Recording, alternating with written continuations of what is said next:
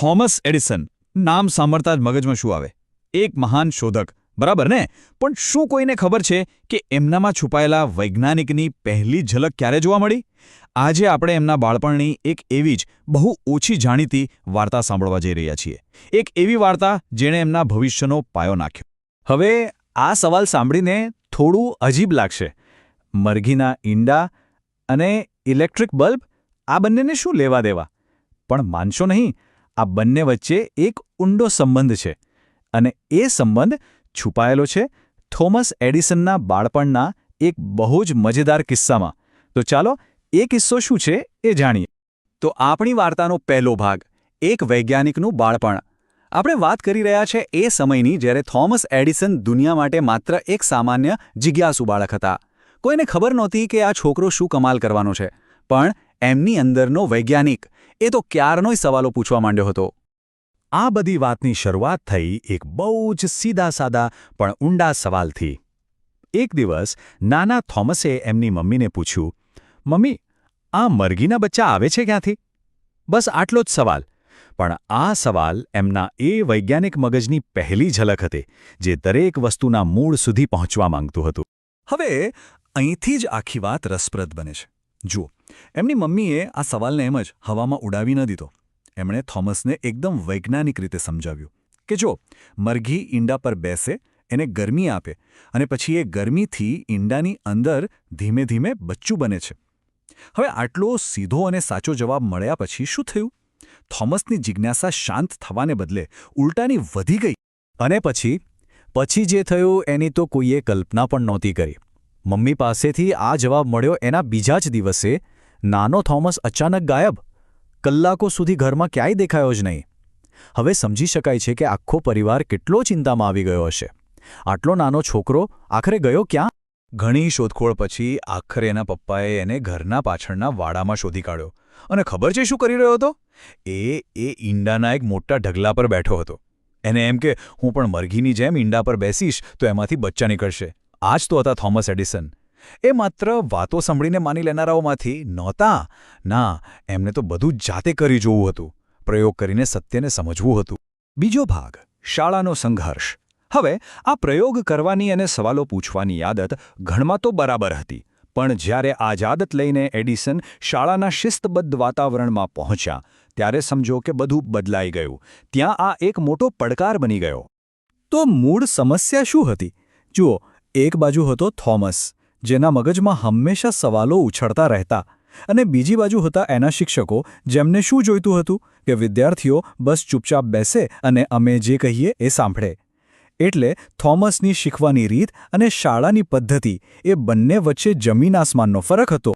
અને પછી એ દિવસ આવ્યો જેણે બધું જ બદલી નાખ્યું. થોમસે પોતાના જ શિક્ષકને એવું કહેતા સાંભળી લીધું કે આ છોકરો સારો વિદ્યાર્થી નથી, બસ આખો દિવસ સવાલો જ પૂછ્યા કરે છે. વિચારો, જે જિજ્ઞાસા એની સૌથી મોટી તાકાત હતી, એને જ એની સૌથી મોટી ખામી ગણાવી દેવામાં આવી. આ શબ્દો એના નાના મન પર બહુ ઊંડી અસર કરી ગયા.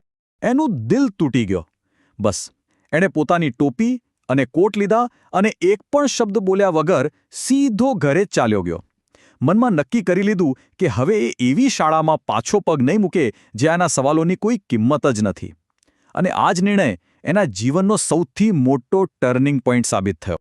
ત્રીજો ભાગ, માતાનો વિશ્વાસ. હવે આખી વાર્તામાં એન્ટ્રી થાય છે એક સાચા હીરોની, અને એ હતા એમના મમ્મી. એ પોતે પણ એક ટીચર હતા, એટલે એ પોતાના દીકરાના આ અનોખા મગજને બીજા કોઈ પણ કરતાં વધુ સારી રીતે સમજતા હતા. બસ બીજા દિવસે મિસિસ એડિસન સીધા પહોંચ્યા શાળામાં પ્રિન્સિપાલને મળવા. એ પોતાના દીકરા માટે, એની પ્રતિભા માટે અને એની શીખવાની રીત માટે લડવા માટે એકદમ તૈયાર હતા. અને ત્યાં જ જઈને એમણે પ્રિન્સિપાલને એકદમ ચોખ્ખા શબ્દોમાં કહી દીધું, "જો હું મારા દીકરાને બહુ સારી રીતે ઓળખું છું. એના મનમાં હંમેશા કંઈક ને કંઈક જાણવાની ઈચ્છા હોય છે, એટલે જે સવાલો પૂછે છે. અને જો તમારી શાળા આ વાત નથી સમજી શકતી, તો મારો દીકરો હવે અહીંયા નહીં ભણે. હું એને ઘરે જ ભણાવી લઈશ." આ ખાલી શબ્દો નહોતા, આ એક માનો પોતાના દીકરા પરનો અતૂટ વિશ્વાસ બોલી રહ્યો હતો. અને હવે આવે છે ચોથો અને છેલ્લો ભાગ, પ્રયોગશાળાની શરૂઆત. બસ એ દિવસ પછી થોમસ એડિસન ફરી ક્યારેય સ્કૂલ નથી ગયા. એમની સાચી ભણતરની યાત્રા તો હવે એમના પોતાના ઘરમાં જ શરૂ થવાની હતી. એમનું ઘર જ એમની સ્કૂલ બની ગયું. અને એમના મમ્મી એમના ટીચર. એમણે એક એવું વાતાવરણ બનાવ્યું જ્યાં થોમસની જિજ્ઞાસાને દબાવવામાં નહોતી આવતી, પણ એની ઉજવણી થતી હતી. એને સવાલો પૂછવાની, મનફાવે એટલા પુસ્તકો વાંચવાની અને સૌથી અગત્યનું ફેલ થવાના ડર વગર પ્રયોગો કરવાની પૂરેપૂરી આઝાદી મળી. અને બસ આ જ માહોલમાં એમનો રસ કેમિસ્ટ્રી એટલે કે રસાયણશાસ્ત્રમાં જાગ્યો. અને જાણો છો, જ્યારે એમણે કેમિસ્ટ્રીના પુસ્તકો વાંચીને પોતાના પહેલા વૈજ્ઞાનિક પ્રયોગો શરૂ કર્યા, ત્યારે એમની ઉંમર કેટલી હતી? વિચાર કરો, માત્ર 12 વર્ષ! ફક્ત 12 વર્ષની ઉંમરે! ખરેખર એમના મમ્મીના વિશ્વાસે જ એમને આટલી નાની ઉંમરમાં એક સાચા વૈજ્ઞાનિક બનાવી દીધા હતા. અને બસ આ રીતે જે જિજ્ઞાસુ છોકરો એક દિવસ ઈંડામાંથી બચ્ચા કાઢવાનો પ્રયોગ કરી રહ્યો હતો, એ જ છોકરો મોટો થઈને એ મહાન વૈજ્ઞાનિક બન્યો જેણે પોતાની શોધોથી આખી દુનિયાને પ્રકાશિત કરી. કહી શકાય કે એક બાળકની જિજ્ઞાસા અને એક માના વિશ્વાસે મળીને ઇતિહાસ રચી દીધો. તો એડિસનની આ વાર્તા પૂરી થયા પછી એક સવાલ આપણા બધાના મનમાં થવો જોઈએ. આજે આપણી શાળાઓનું શું?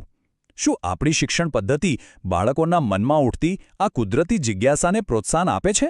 કે પછી ક્યાંક અજાણતા જ આપણે એ સવાલોને દબાવી રહ્યા છીએ?